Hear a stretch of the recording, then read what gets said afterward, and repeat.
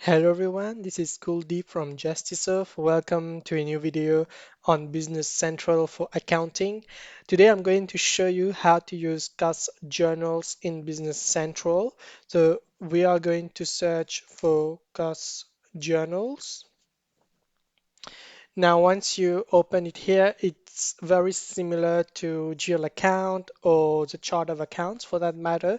So if you are familiar with that, it's going to be very easy for you. In terms of the batch name, I'm going to leave it default for now, but you can choose to create another one if you want to. Then I'm going to input a document number.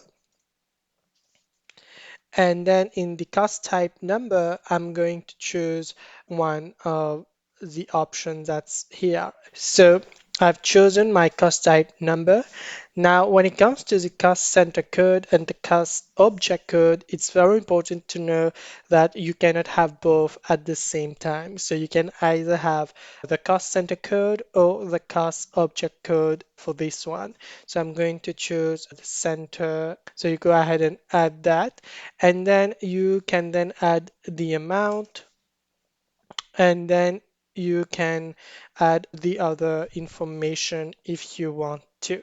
Now, once you've done all of that, you can then go ahead and click on post, and it's going to post the cost journal for you.